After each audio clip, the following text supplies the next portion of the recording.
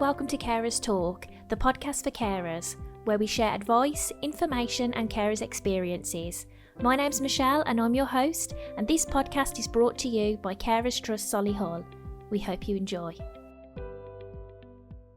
Hello and welcome to another episode of Carers Talk. Today I'm joined by one of our registered young adult carers, Caleb Tracey.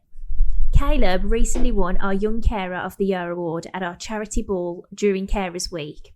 This was for the incredible work advocating and spreading awareness of young carers, especially in the education setting.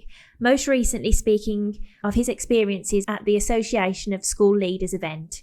He's also a student voice president at Solihull College and is a member of our DMG here at Carers Trust Solihull. Hello, Caleb.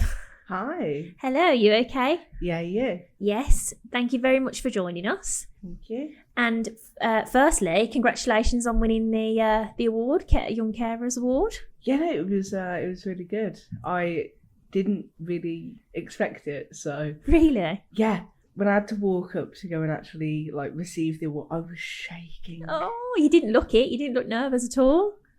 I was so full of adrenaline afterwards. It was ridiculous. I got back to the table and I'd lost my breath. Oh, that's incredible. So I'm sure your mum was really pleased and everybody. Yeah. Oh. Okay, so do you want to introduce yourself a little bit? Yeah, sure. So I'm Caleb. I'm 18. I just finished my second and final year at Solihull College. And I care for my younger sibling. And that's Ace. Yeah, Yeah. that's Ace. And what's Ace's condition? They're diagnosed with autism and ADHD, and they got those diagnoses probably, I don't know, they came at different times. So probably around the time when they were in year 3 or year 4. Okay. So yeah. Because they're 13 now. Yeah, they're 13 now. So, with a lot of young carers, they have that's always been life. Do you remember the first time that you noticed that you might be a carer, or maybe that someone told you you were a carer? So probably when I was 10 years old, I probably realised that I was doing a bit more than my friends. And back then it was smaller things. It was helping them choose an outfit for the day, stuff that overwhelmed them. But I only really realised that I was a carer and joined the Carers Trust back in 2022 in the summer. So actually around this sort of time, we were on holiday and my mum was like, I've just joined the Carers Trust as a parent. Maybe you should do the same. And I was like, all right, I'll have a look at it later. My mum a little airbed and I'm scrolling through it. And then in August, I actually had the assessment done.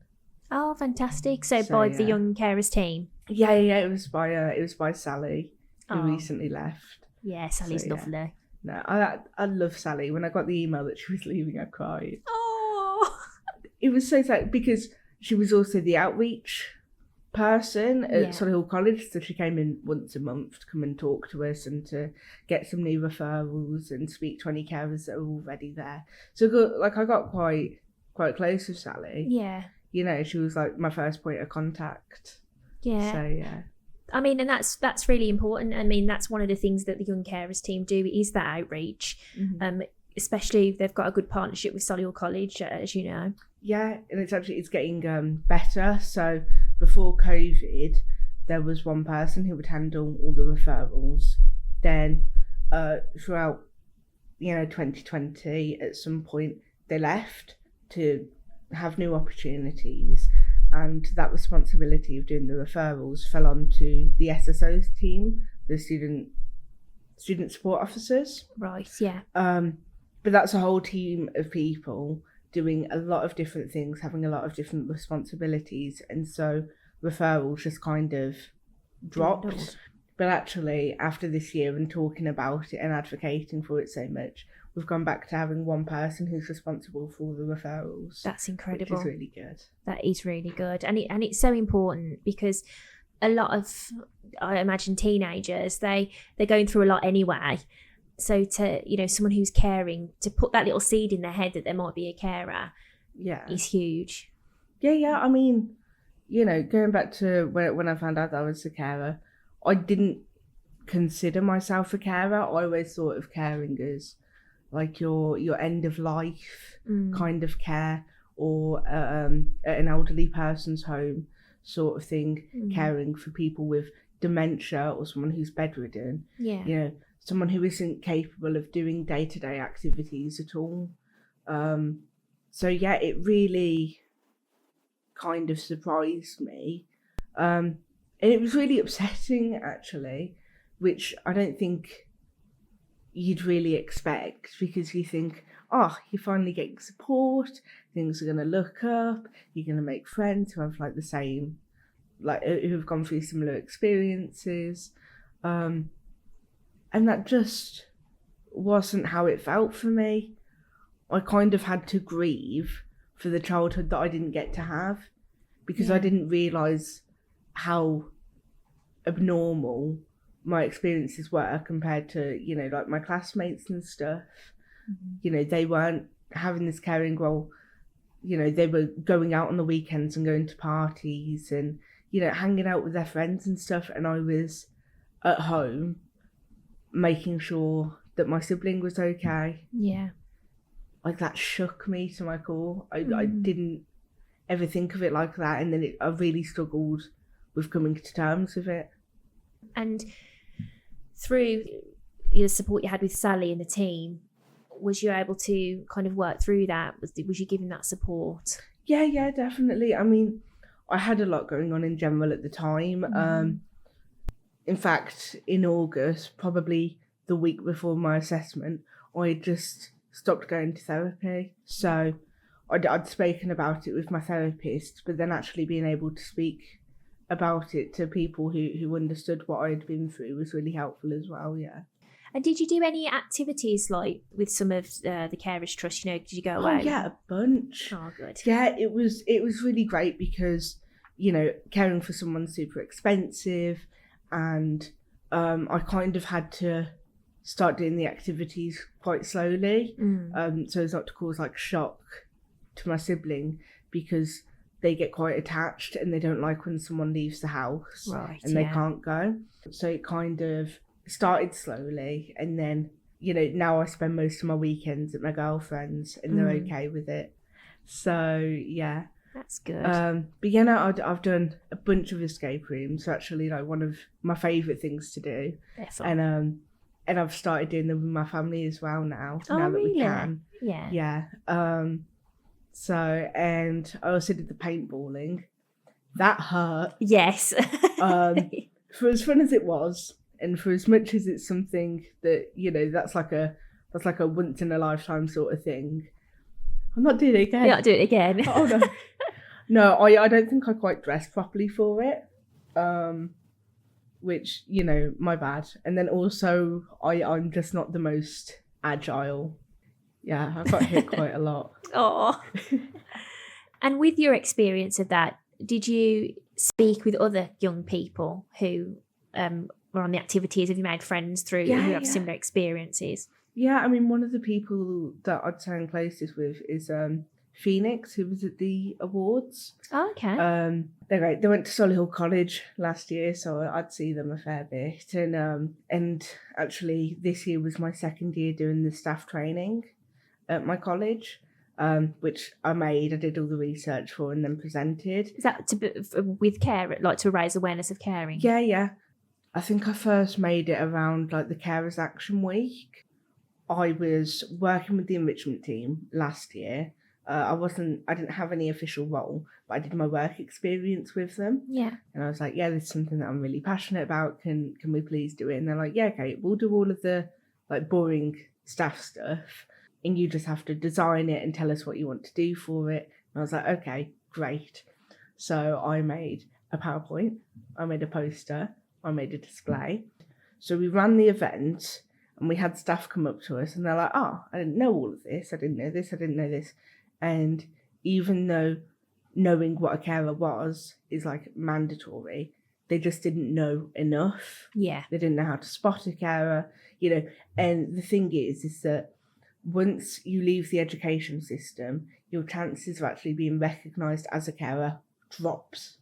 because you don't have anyone watching over you and picking up that, you know, you're really tired or really irritable, or, you know, you're leaving the class to take phone calls, all of that sort of thing. It just doesn't happen, because when you're at work, there's a lot of stresses to adult life. People aren't really going to question it. Me and Phoenix were like, okay, we're going to do staff training. So I made the staff training, and then Phoenix came and presented it with me, and it went really well. It's incredible. We also had Sally come in and do a couple of slides, kind of talk more specifically about the Carers Trust, what the referral process looks like, you know, what they do, all of that sort of thing, and kind of make it clear why the trust is so important. And it was really, really good. And then this year, looking at Carers Action Week again, I was like, I want to do more staff training. I think it's really needed. So I think we did 2 more sessions of that. And it went really well. And I remade the entire PowerPoint with the newest statistics that had come out, because you do the report every year. Yeah. I made it all like future and cyberistic themed, because the theme for this year's Carers Action Week was the future. Fair future for carers. Fair futures for carers. Yeah. So I was like, ha ha ha, isn't this so funny? So smart. It's all futuristic theme. I love it. Yeah. And this year I did it with Jess Walsh, who was our disabled students officer for 2 years. Okay. But within that role also really advocated for young adult carers. Yeah. Which was really, really great. So yeah, because Phoenix left Solihull College last year, and it was really, really amazing. We got some great feedback from it. So, that's incredible. It's really important that professionals and other carers hear from other carers, because, you know, we can't justify it like you can. We can't explain the struggles and things that you face like you can. So to have you go and talk and do that's incredible, and I'm sure that it made such a difference to carers. Looking at your own journey and your caring role, what type of support did you offer ACE? What would that look like? Yeah, no, so a lot of it was quite emotional. Yeah. So up until maybe February this year, they were really, really struggling. They were in a mainstream school. Just, there were a lot of issues with their health as well. Yeah. They were hospitalised for, I think, nearly 2 months. Gosh. Earlier this year, in December and January. It was really, really hard. Before that, it was Ace would get really, really upset and really overwhelmed. They'd have meltdowns, which is normal, you know, if you have autism. But Ace would sometimes get really shouty. They'd scream at people. They'd insult you. It was horrible. It was a horrible environment to like be in. But I was one of the people that could calm Ace down, because they blame my parents for it. Say if they wanted a McDonald's because it's like their comfort food and they don't want anything else and they've gotten stuck on that idea, I'm the person who could go in and kind of diffuse it, because I'm not the bad guy. I'm not the one saying no. I'm the one coming in and calming them down. Or it would be stuff like helping them choose clothes or going out with them. They didn't go to school for a couple of years, at least not regularly, maybe once a week if we were lucky. And so, you know, I'd try and do some extra like work with them. A lot of it was history, because it's the only sort of thing that I could get them to listen to.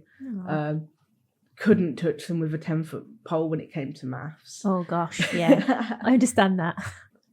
And, you know, it was just kind of your normal day-to-day stuff. Like I'd have to help them shower as well, because they didn't like the feeling of the water on their skin. Yeah. So I'd have to be there with the towel, ready to get them out and get them dry as quick as possible. But no, a lot of it was just emotional support and kind of being there for my parents and babysitting when they needed to, because otherwise they weren't getting any time alone. Yeah. And my mum had to leave work and be a stay-at-home mom to look after my sibling, which was really hard on her as well. Yeah. So yeah, I don't know. I still feel a bit weird calling myself a carer, because on the surface, like, these are just normal day-to-day things that anyone could do. But then when you look at it and you're doing all of them all the time, I guess that's when it kind of adds up to being a carer. Sometimes the emotional support is just as demanding as any kind of physical support. Especially within a family unit, it's hard, and it does take its toll. When you joined the Carers Trust and you were given an assessment, what was that experience like? It's actually quite funny. So we had set up to meet at this place called The Kitchen. It's a little cafe. However, there were two. There's one which runs out of a pub, which you just call in and pick it up, right? But I thought, oh, maybe you can sit in now. I don't know. Like, I'm not a breakfast person, really. Yeah. I like sleeping in until noon. Sally was like, you know The Kitchen? And I go, yeah, I know The Kitchen. And I go to the wrong kitchen. So then I'm messaging Sally on the day and I'm like, hey, Sally, you said you were here. I don't see you anywhere. She goes, are you at the kitchen? I go, yeah, I'm at the kitchen. And we figure out I'm at the wrong kitchen. So she's like, do you want me to come to you? And I'm like, no, this is a pub. It's weird. I'll come to you. I think I'd prefer to be in like a cafe. Yeah. And I get there and she buys me a hot chocolate and we're having a chat. Yeah, it was just nice to have a chat to someone. And we spoke about, I was choosing between going to Solihull College or Stratford. But they're part of Solihull College. Yeah. It's just two different campuses. Mm-hmm. And I was like, it's only a train ride away. But again, that is a bit further. It means getting up a bit earlier. But it's a smaller campus. Mm. And that might be quite nice. You know, because I found secondary school really overwhelming, especially for the last couple of years. I didn't actually attend lessons. I would do all my lessons in a little room by myself because I was really struggling with my mental health, and being in classrooms was giving me panic attacks. That's why I was in therapy, and I'd finished it just before meeting with Sally. Okay. So we were talking and I was like, I don't know if I should kind of downgrade in size and go to Stratford. However, the mental health support there isn't as good because it's a smaller team. Or if I go to Solihull, which is closer, but has better mental health support because it's a bigger team, they've got more people. So we were kind of weighing it up, and eventually I chose to go to Solihull College. And I'm really glad that I did, because I got a lot of really great opportunities from it. You've done amazing there. Yeah, thank you. But, you know, we spoke about that for a bit, and she's like, actually, I go to Solihull College once every month, so if you went there, you'd be able to get some extra support from the Carers Trust as well, I think. Mm. And I was like, that sounds quite nice. And so I thought it through and I chose Solihull College. So that was really nice. And she walked me through how to like sign up to all the events and everything, and we were looking at them and I was like, that's so cool. So yeah, I don't actually remember a lot of the assessment itself. Yeah. It just felt like a conversation about, you know, what I was doing and, you know, how many hours on average I'd be caring and stuff like that. Yeah. And to be fair, when I actually added it up, the number was like 40 plus hours a week, because I'd also stay up at night, because so my siblings' sleep schedule, awful. Yeah. And so they'd be having dinner or lunch in the middle of the night. And considering that I wasn't sleeping well anyway, I'd be staying awake and hanging out with them and talking with them and everything in the middle of the night whilst I cooked them like pizza for dinner. Oh my gosh. So yeah, and it was quite sad. I think I might have gotten a bit upset whilst we were there. But no, it was really nice. And we find that when we do the a carers assessment with people, they are shocked actually how much they do, because they've never actually had to think about it like that before, had to verbalise it or see it in writing, the amount that they do. You mentioned that, you know, you got a bit upset. That's so common because it's the first time that a lot of people have actually spoken about it before. yeah. And I think that's really important. And I like that you felt that it was informal and it was a chat, because that's how we like to do it, especially with, you know, young people. I can imagine when you think of an assessment, might seem quite daunting. Yeah, definitely. I'm glad that Sally gave you that experience. Yeah, and the other people working here, like, you just talk to them as if you're your friends. Yeah. Well, not really. We're not that close. I know what you mean. Easy to talk to. Yeah, no, they're easy to talk to, It's just really nice. So what do you feel are some of the challenges that you faced being a carer? Honestly, a lot of it has just come from kind of coping with my own mental health and kind of with the relationships that I have with people. Your friends, they want you to spend time with them. They want you to be around and stuff, and kind of trying to explain, I can't, I have to look after my sibling that day. And they're like, you look after them every day, take a break.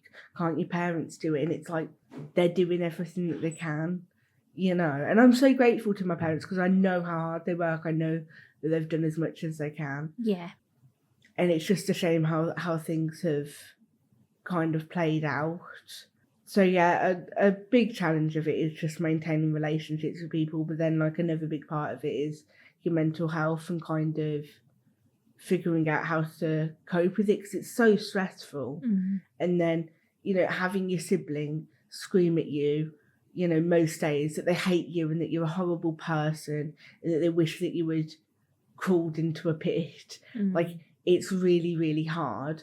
And I had to start journaling it because otherwise I would almost gaslight myself into thinking, it didn't happen. They didn't say that. Yeah. It wasn't that bad, which was another part that was really hard because it meant that I wasn't coming to terms with it. I wasn't processing it. Mm-hmm. So yeah, it was just, it just has a complete effect over you. And it's really, really hard. Yeah. And having that stressful environment as well, a lot of people, that we care for obviously live with us. And sometimes, when home sometimes isn't respite because, No. It can be difficult and challenging. Yeah, no, over the past year, so since probably summertime last year up until February this year, I was trying to get into a supported living facility because I just couldn't cope with things how they were at home. It got really, really bad. And we were with social workers, but they just couldn't do anything for me because I wanted to go to university in September. It would only be for a few months. It wouldn't be a long-term placement there, and so they're not going to take you on. And that was really, really hard because, I ended up back in therapy and back on the Children and Adolescents Mental Health Services crisis team. Mm-hmm. I was at some of the worst times that I had been in, and it felt like nobody was taking me seriously because, it's only short term. But no, this has been going on for years and nobody has been there to help. Nobody has taken it all seriously until now. And that was really hard. And I was so angry at everyone and everything. Mm-hmm. I was angry at my parents because they never recognised how much I was doing, but also that I probably have autism myself and I'm on the waiting list. I'm not diagnosed yet. But then seeing all the help that my sibling was getting made me really angry and made me really jealous, and seeing how amazing they go to a special school now, seeing how amazing that was and how much I would have benefited from it. I was furious. Yeah. Because I'd had mental health issues since I was 15 years old, probably more than that because I was bullied for about 9 years. But that's kind of when it started getting really bad. I was just furious. I was like, imagine how much better I could have been. Imagine how much more stable I could have been. Yeah. Look at what you've done. And it wasn't their fault. They'd done everything they could. But because I wasn't in the stereotype of being autistic, it just wasn't recognised. Yeah. A lot of people slip through the net. Yeah. And it really took a while for me to come to terms with that and get over all my anger and my jealousy, because it wasn't anyone's fault. It was the way that the cards had been dealt, and it is what it is. And they'd done their best. But I was just angry because, It's my unfair. sibling was getting support and I wasn't. Yeah.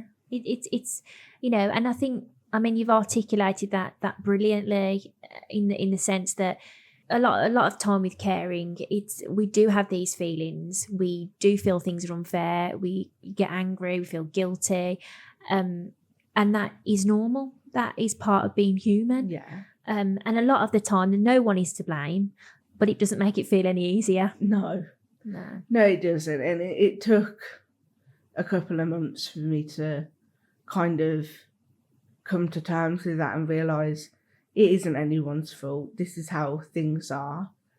You know, if you could turn back time. Yeah. But it's the present, and I try and live without any regrets now, because they're not doing any good. And so I forgive myself for the things that, you know, for the mistakes that I've made, and I move on. And I hope that the people that I have hurt when I've, you know, gotten upset, you know, like one time I was on a crisis line and I was like, "You're not helping." Like I shouted. I was like, "You're not helping me. All you're doing is telling me to take deep breaths. I'm telling you how upset I am and how much I'm struggling, and you're saying to take deep breaths. That isn't fixing anything." And I got really, really mad. Yeah. And I called, I want to say sorry to whoever it was that was on the phone yesterday. I got really mad at them. And it wasn't their fault. They were trying to help. But I was just really angry and I directed it at them. I felt so bad, and I've kind of had to come to terms with, I was in a really bad spot emotionally. Of course. I made a mistake, and I kind of just need to forgive myself for that. Definitely. And move on so that I can be a better person for the people that I care about now. That's incredible. And you have, you know, I'm aware that you're 18. You haven't been 18 for very long, have you? No, 2 months. 2 months. You're wise beyond your years, and definitely all the amazing things that you've achieved is incredible. And there's a lot of things and a lot of challenges that come from being a carer. And I think especially from being a young person, when you know there's so much with being a young person going into adulthood anyway. But I think that there's a lot of good that can come from these experiences. With your caring role and looking back, what positives do you think that you've gained from being a carer? It's given me my career ambition. So I do psychology. Well, I did, just left. Waiting on results day now. August. Exciting. But I did psychology, and my career goal is to do psychology specialising in neurodiversity. So autism, ADHD, dyslexia. I know that it can be massive and it varies person to person. Yeah. And I'm actually in a research project with the University of York and Leaders Unlocked discussing what neurodiversity is and how do we define it, so then we can find what research is on there, what research needs doing. It's really interesting. Being a carer and having a sibling with autism and ADHD, it's made me, you know, want to go into that as my career. That's incredible. to better things for them. Oh, and that's a massive positive. That is a massive positive. It really is. And talking, you know, about the future, things that we recently spoke about, Carers Action Week, going around fair futures for carers, because they're, especially for young people like yourself who might want to go to university or, you know, start a career. I can imagine it is quite nerve-wracking when you think that you might be leaving the person that you care for, maybe to go off to uni. Yeah. I mean, I had it a couple of weeks ago. I feel like I'm abandoning them. Yeah. To go and live my life without them, which is something that I've never really been able to do, to be alone without them, you know. Yeah. So it's really... It's really hard kind of going to university and thinking about how different it's going to be. It's really nerve-wracking. And I know that I'm not abandoning them. Not at all. I know that this is the next step in my journey, and I know that I can't stay at home forever looking after them, you know. Yeah. There comes a point where, for me being such a young person, I have to move on and go forward and trust that the professionals who are in our life now will help and will be there if things go bad again. Definitely. You know, and that they can do it without my support. Yeah. But yeah, no, I'm looking forward to university. I Good. really am. Good. But yeah, it's going to be quite a shift. It will be a process, and there'll be growing pains there, but I think you deserve it. You've been through so much, and it doesn't make you any less of a carer or any less of that support to Ace and your mom and your dad, but it's time to be you. Yeah. And you to grow and to have those experiences. And I think that's really important for all young people to know, is that you should be able to have those opportunities as well. Yeah. And you'll have a great time. Yeah. What university are you hoping to go to? Derby. Oh, lovely. So yeah, I just really liked it there, and one of the third year modules, what really sold me on it was neurodiversity. Fantastic. It's autism and ADHD, and it means that I can write my dissertation on it and have all that support and have all of the equipment that I need to do it properly, which is really exciting. Yeah, and so it's so exciting, and I think definitely with your passion and your history, it'll be a wonderful, wonderful experience. Yeah, hope so. So rounding up then, if there were any young adult carers listening or young people, is there anything that you would say to them if they were maybe starting out on their journey, or any advice that you would give? Definitely, I'd say don't be afraid to get support. It was one of the hardest parts for me, because I thought, what if I'm taking support from somebody else? What if, I'm not caring enough? That sort of thing. Doesn't matter. Don't worry about it. Yeah. Okay? Enjoy yourself. Get support. Don't do what I did and hold off on it. It has such a huge effect when you're getting help that you need. Yeah. Please, please, please take advantage of the Carers Trust. Yeah. It's what they're here for. Definitely. Don't feel bad about it. And if you can, remember to try and take a break. You're a person. You aren't a machine. You need to breathe. You deserve opportunities. You deserve to grow. Those were the two things that I needed to hear the most. Hearing that I deserved good things, the same things that everyone else gets. I deserve and I'm entitled to support, regardless of how much or how little I need it. That is incredible advice, and I would also recommend that to any young person who may be struggling, who may feel like you mentioned, that I don't know if I am a carer. Is this caring? Always just reach out and see. Yeah. Help is there. Yeah, no. The worst that can happen if you reach out is they say, sorry, no, you don't qualify as a carer. And then you've spent, an hour chatting to someone in a cafe and they've bought you a free drink. You've come out of it winning still, And they'll also point you in the right direction of someone. If we can't help, we can point you in the right direction of someone who can. Yeah, totally. So that there is a lot of support there. Well, Caleb, thank you so much for being brave enough to share your experiences, because it's through our sharing these stories that other people see themselves and connect. So thank you for that. And also thank you for the incredible ambassador work you're doing out in the community for young people. It will make a huge difference, I'm sure. And congratulations on your award. It's so deserved. And good luck with everything. And thank you. Yeah, thank you. No, thank you for having me on. I always really enjoy talking about it. It's why I did the conference earlier in the year and I spoke about my experiences there. It's why I've done all the training. Really matters to me. So thank you so much. You're welcome.